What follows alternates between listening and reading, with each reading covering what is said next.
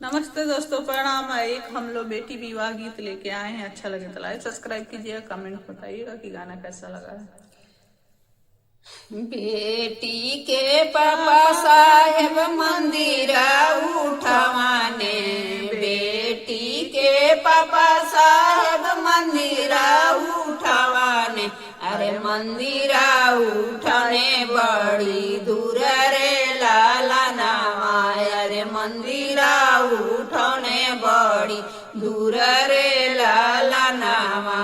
मंदिर पूजे चलेली बेटी हो कवना बेटी, मंदिर पूजे चलेली बेटी हो कवना बेटी।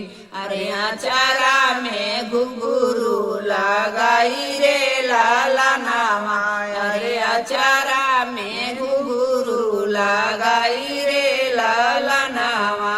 घोड़ावा चढ़ल अइले दुल्हे कवना घोड़ावा चढ़ल अइले दुल्हे कवना दुल्हा। अरे झपटी धरे ले दहिना बहरे लाला नामा, अरे झपटी धरे ने दहिना बहरे लाला नामा। अरे झपटी धरे ले दहिना बहरे लाला नामा।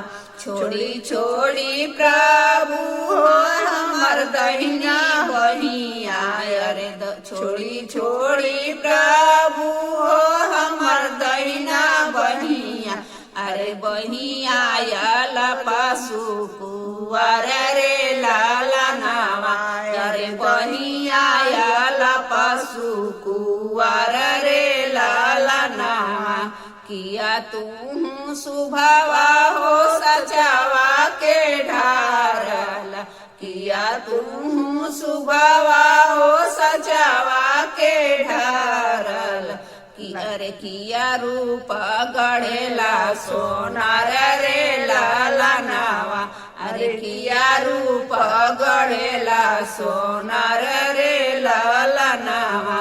नाही हम प्रभु सचवा के ढारल, नाही हम प्रभु सचवा के ढारल। अरे नाही हम गढ़ेला सोनार रे लाला नामा, अरे नाही रूप गढ़ेला सोनार रे लाला नामा।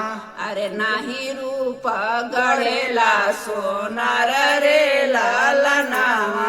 जन्म करम प्रभु माई बाप दिहले, अरे जन्म करम प्रभु माई बाप दिहले। अरे सूरत गढ़ेला भगवान रे लाला नामा, अरे सूरत गढ़ेला भगवान रे लाला नामा। बेटी के पापा साहेब मंदिर बनावले, अरे बेटी के पापा साहेब मंदिर उठवाने, अरे मंदिर उठवाने बड़ी दूर रे लाला नामा, अरे मंदिर उठने बड़ी दूर रे लाला नामा।